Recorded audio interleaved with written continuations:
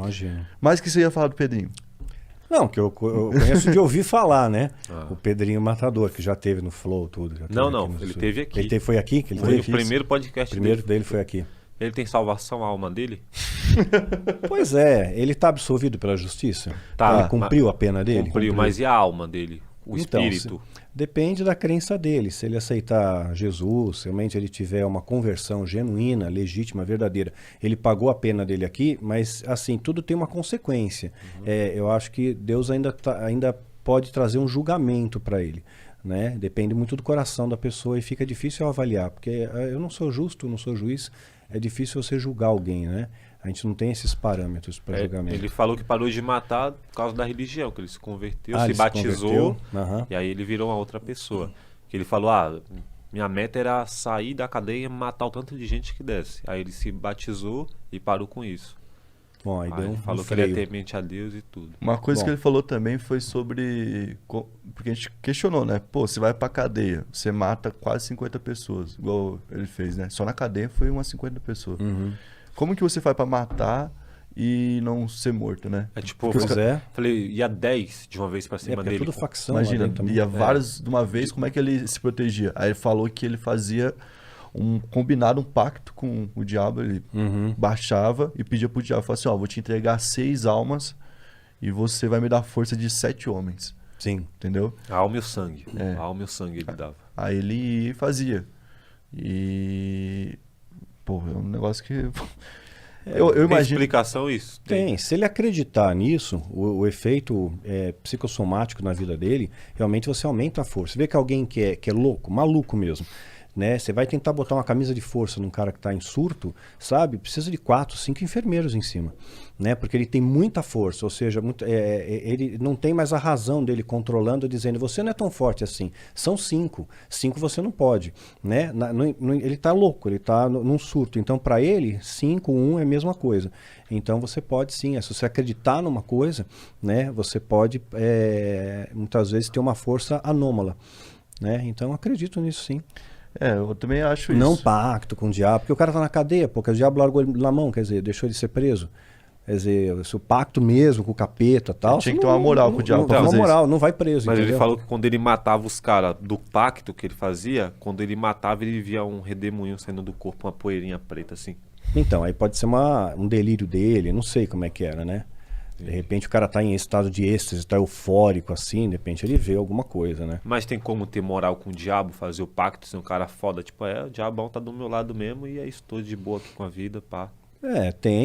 Tem pessoas, existem satanistas, né, de fato, de altas patentes, digamos assim, que fazem pactos e alianças com o diabo, né, e esse daí é mais difícil de você pegarem, né, e você vê, eu já falei isso em outros podcasts, tem muita criança que desaparece, né, o número de crianças desaparecidas é absurdo, e muitas dessas, no meu entendimento, vão ser drenadas para rituais de sacrifício, né, por seita, por oferenda, por sacrifício aos demônios. Né? Então, tem um documentário na Netflix chamado Os Filhos de Sam, né? Que mostra uma série de assassinatos que ocorreram em Nova York na década de 70. E aí um repórter investigativo começa a checar as fontes, ver, e ele chega numa seita satânica. Ele descobre quem são os caras, tudo político, gente poderosa, juiz no meio, sabe? E eles se protegem. Então, um protege o outro. Então, você não consegue chegar, né, no criminoso em si, né? Você pega só quem está na base, né, da pirâmide ali, que vai fazer um serviço sujo na rua, né, que eles querem mostrar honra pro diabo, lealdade e tal. Eles estão numa fase de aprovação. Entendi. Né? Então a base pega, agora o topo já não pega mais. Mas a intenção de pegar uma criança é realmente porque é a coisa mais má que se pode fazer, é isso? Porque existem satanistas, existem esferas satânicas no satanismo, né? Tem satanismos extremamente radicais, né? Que vão nessa piração mesmo. Isso é muito antigo, não é uma coisa recente, não. Os maias, incas, astecas faziam sacrifícios humanos, né? Os astecas mais ainda. Eles matavam 20 mil pessoas assim por ano, né? Em rituais de sacrifício. A gente vê nos filmes os caras jogando em vulcão, essas coisas assim, mas né? eles matavam pior. O sacrifício deles era punk. Eles tinham uma torre, né, quadrada, né? Uma torre quadradinha. Aí pegavam 2 sacerdotes, seguravam pelo braço, 2 pela perna, a pessoa ficava envergada. Aí vinha o sumo sacerdote, cortava embaixo aqui nessa parte da barriga, né? Enfiava a mão por dentro, tirava o coração. Coração pulsando ainda, ele oferecia aos deuses, né? Para que os deuses continuassem abençoando eles, tivesse uma colheita farta, não tivesse ataque de inimigos, não tivessem pestes, pragas, né? Então eles faziam essas oferendas. E os astecas eram muito cruéis, tanto é que quando os espanhóis chegaram para colonizar ali a região dos astecas, que é o México hoje, né? Eles chegaram e relataram, ficaram espantados de tanta hostilidade, né? Quando Cortés chegou lá, ficou pasmo com tudo aquilo. Tanto é que teve tanta mortalidade no México que hoje se cultua a morte lá. Tem a Santa Morte, né? Então o pessoal reza para a Santa, né, da Morte, pedindo vida, proteção pela vida, né? Isso é doideira, né? É doideira, né? Cara, tipo assim, uma pessoa comum, ela fala, eu quero servir o diabo mesmo, fazer um pacto. Aham. Não consegue, né? Não tem acesso ao não é conhecimento. assim, tipo, só querer. Tem tipo uma pirâmide. Tem uma pirâmide e você é escolhido. Você é é escolhido. Você é escolhido com base em uma série de fatores, bases numerológicas, cabalísticas, astrológicas, né? Eles mapeiam, né? E veem se você está dentro daquele escopo, daquele perfil que eles estão procurando. E aí eles vão até você.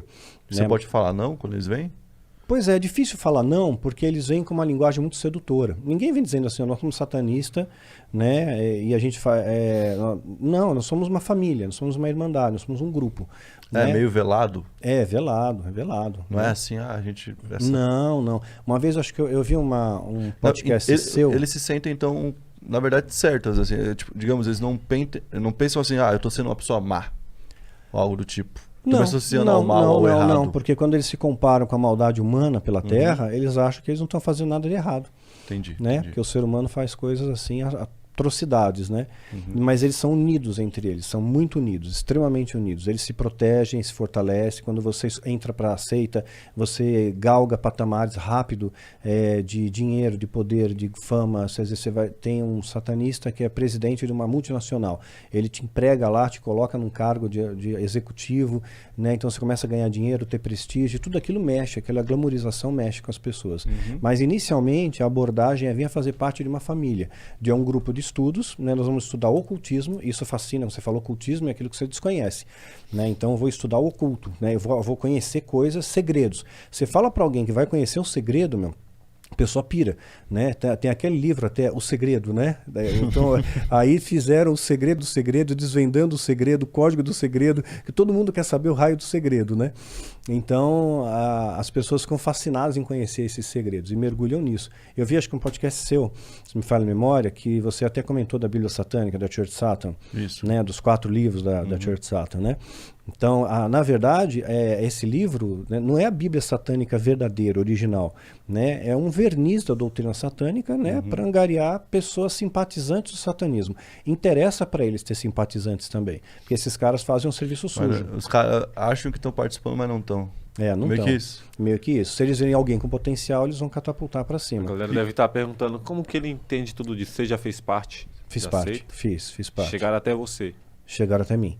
Por uma série de fatores, né? Eu nasci no dia 9 de março, né? 9 é um número cabalístico para eles, março é outro número cabalístico, tinha conjunções astrológicas, enfim, eles fizeram todo o mapeamento, né? E eu também busquei, né? Eu gostava de estudar ocultismo, eu ia em biblioteca, era rato de biblioteca, estudava ocultismo, e aí mandei uma carta para essa Church Satan, né? Na época era microficha, né? Não tinha internet naquela época, tudo. Aí achei o endereço, mandei uma carta, me devolveram uma carta padrão, porque tem o falso satanista também. Assim como tem o falso cristão, tem o falso satanista. Está cheio de falso satanista, né? Para você descobrir uma seita verdadeira, não é tão simples assim. Porque tem muita gente que é caça-níquel. Manda, por exemplo, um e-mail para você e fala, eu sou dos Illuminati, né? Que é uma seita aí conhecida, tal, né? Como que comanda o mundo também. Então, você quer fazer parte dos Illuminati, né, fazer parte dessa família, então você manda $300 para conta tal, né, e a gente vai mandar uma carteirinha de sócio. Né? Pô, o cara quer dizer, nisso, é caça-níquel, acredita que está fazendo parte, ele tem a carteirinha do Illuminati, tem o crachá. O cara levar um golpe do satanismo é foda, né? Pois é, então, e quando mandaram para mim, eu já saquei, a primeira carta foi meio comercial, foi assim, eu tinha que pagar na época $100 para ter uma carteirinha de sócio. Eu falei, pro inferno mesmo, né? Literalmente pro inferno, né? Então, isso aí tá zoando com a minha cara, né? Aí eu mandei outra carta, né? Falei assim, não, eu não tenho dinheiro para pagar, não tenho grana, eu sou pobre, né? E aí passou um tempo, eles mandaram perguntas para mim. Isso está na minha série de livros Filho do Fogo, né? São 7 livros, eu narro toda essa trajetória. Então eles mandaram várias perguntas para mim, né? Perguntas do meu cotidiano, que eu achava disso, que eu achava daquilo. Mandei foto, uma série de coisas que eles pediram, né? E aí depois de um tempo alguém entrou em contato comigo. Né? E aí me chamou para fazer parte de uma reunião de estudo, né? E assim, era uma reunião de estudo ocultista, né? E você estudava várias coisas do ocultismo, estudava a magia de Crowley, a Otto, né? Do Rasputin, né? Então você conhecia os bruxos da história, né? Como é que eles glamorizaram, o poder que eles tinham de sedução, né? De persuasão nas pessoas. Então aquilo começa a te fascinar.